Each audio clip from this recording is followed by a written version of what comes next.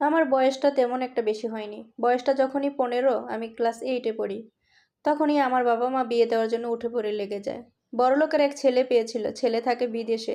বিদেশে অনেক টাকা সে ইনকাম করে, কিন্তু অনেক বেশি বয়স। আমার বয়সেরও ৩ গুণ বেশি বয়স। কিন্তু আমি তখন তেমন কিছু বুঝিনি। বাবা-মা যা বলেছে তাই মেনে নিয়েছি। আর আমাদের বিয়েটা হয় ওইভাবেই হয়ে যায়। কিন্তু আমার বিয়েটা হয়েছিল ফোনে। যদিও সে অনেক দিন পরে আসবে এরকম কথা ছিল। তারপরেও সে অনেক দিন পরে আসছে। আমাকে অনেক টাকা পয়সা দিয়ে অনেক কিছুই দিয়েছে।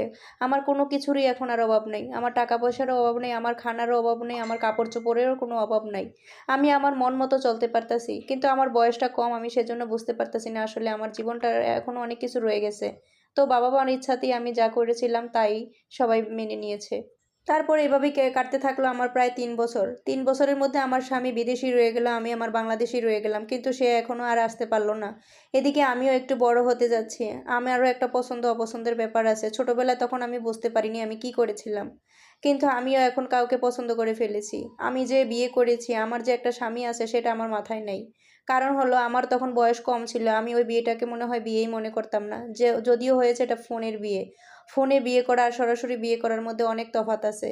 তারপর সে যে চিন্তা সেই কাজ, আমি একটা ছেলের সম্পর্কে জড়িয়ে গেলাম।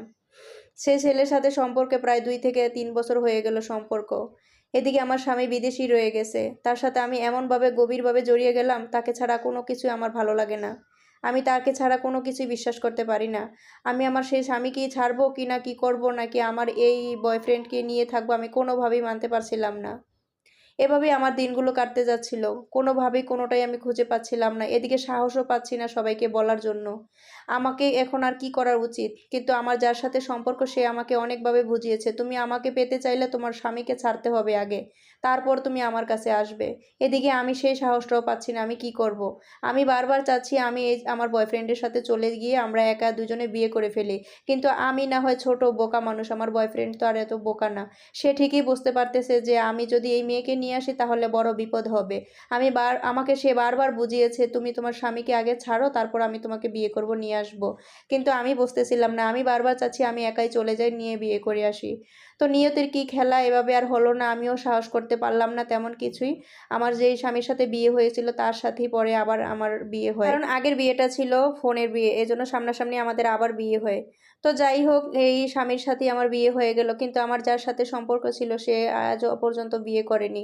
আমি কি তাহলে ভুল করেছি? আমার জীবনটাই এরকম হয়ে গেল কেন? এখন আমার তো তার জন্য খুব আফসোস হচ্ছে। কিন্তু এদিকে স্বামীর টাকা পয়সা দিয়ে খুব ভালো আছি, সুখে আছি। এটাই হচ্ছে একটা বুকচাপা মেয়ের কাল্পনিক গল্প। আমার এই কাল্পনিক গল্পটা যদি ভালো লেগে থাকে অবশ্যই শেয়ার করবেন। সবাই ভালো থাকেন, সুস্থ থাকেন। আল্লাহ হাফেজ। আসসালামু আলাইকুম।